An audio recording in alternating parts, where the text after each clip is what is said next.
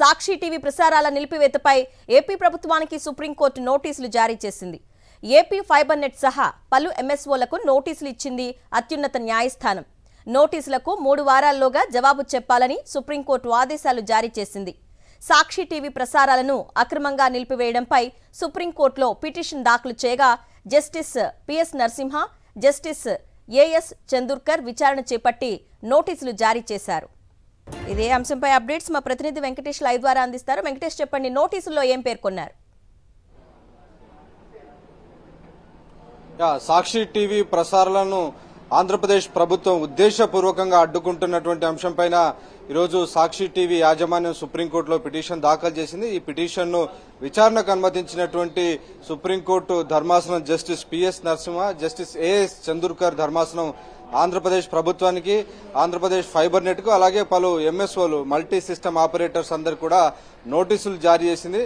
సాక్షి TV యాజమాన్యం లేవనెత్తినటువంటి అన్ని అంశాలకు కూడా జవాబు చెప్పాలని 3 వారాల్లోగా ఈ కేసు విచారణ తిరిగి చేపడతామని సుప్రీంకోర్టు స్పష్టం చేసింది.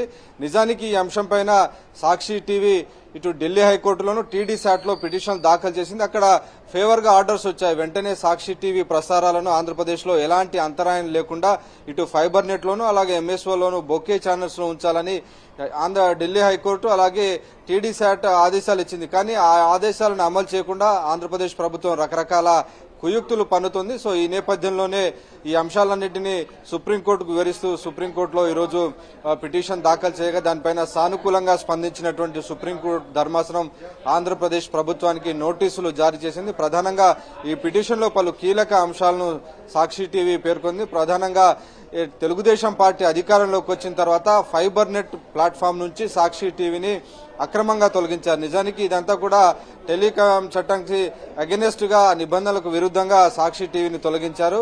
ఏదైనా ఛానల్ కనుక తొలగించాలంటే నెల రోజుల ముందులే దానికి సంబంధించినటువంటి నోటీస్ ఇవ్వాల్సి ఉంటుంది. దానికి సహేతుకరమైనటువంటి కారణాలు చెప్పాల్సి ఉంటుంది. సో వాటన్నిటిని ఏవి చెప్పకుండా నేరుగా ఏకపక్షంగా ఆంధ్రప్రదేశ్ ప్రభుత్వం ఫైబర్ నెట్ నుంచి, బొకే ఛానల్స్ నుంచి సాక్షి టీవీని తొలగించింది. దీన్ని ఢిల్లీ హైకోర్టులో ఛాలెంజ్ చేసి ఒక ఫేవర్ ఆర్డర్ సాక్షి టీవీ తీసుకొచ్చింది, వెంటనే వాటిని పునరుద్ధరించాలని. కానీ సాక్షాత్తు ఢిల్లీ హైకోర్టు ఇచ్చినటువంటి ఆదేశాలను కూడా ఆంధ్రప్రదేశ్ ప్రభుత్వం పెడచెవిన పెట్టింది. టీడీసీ ఇచ్చినటువంటి ఆదేశాలను పెడచెవిన పెట్టింది. అంటే కోర్టు ఆదేశాలను కూడా ఆంధ్రప్రదేశ్ ప్రభుత్వం గౌరవించడం లేదు.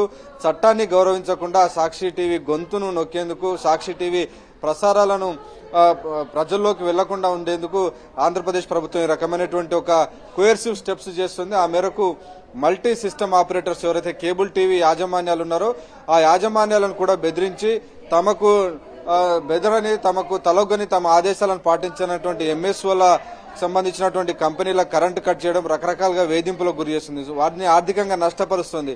సో మొత్తంగా పొలిటికల్ మోటివేటెడ్ గా ఆంధ్రప్రదేశ్ ప్రభుత్వం, చంద్రబాబు నాయుడు ప్రభుత్వం ఈ రకంగా సాక్షి టీవీ ప్రసారాలను అడ్డుకునేందుకు అక్రమ పద్ధతులను, అక్రమ మార్గాలను అనుసరిస్తుంది. సో ఈ అంశాలపైన హైకోర్టు, ఢిల్లీ హైకోర్టు ఇచ్చినటువంటి ఆదేశాలను పెడచెవిన పెట్టడంతో సో ఈ అంశాన్ని సాక్షి టీవీ సుప్రీంకోర్టులో సవాల్ చేసింది. రోజు సుప్రీంకోర్టులో సాక్షి టీవీ చెప్పినటువంటి వాదనను అంగీకరించినటువంటి సుప్రీంకోర్టు ఆంధ్రప్రదేశ్ ప్రభుత్వానికి నోటీసులు జారీ చేసింది. సో 3 వారాల్లోగా ఏపీ ప్రభుత్వం దీనిపైన ఎలాంటి రెస్పాన్స్ ఇస్తుందని మనం వేచి చూడాల్సి ఉంది.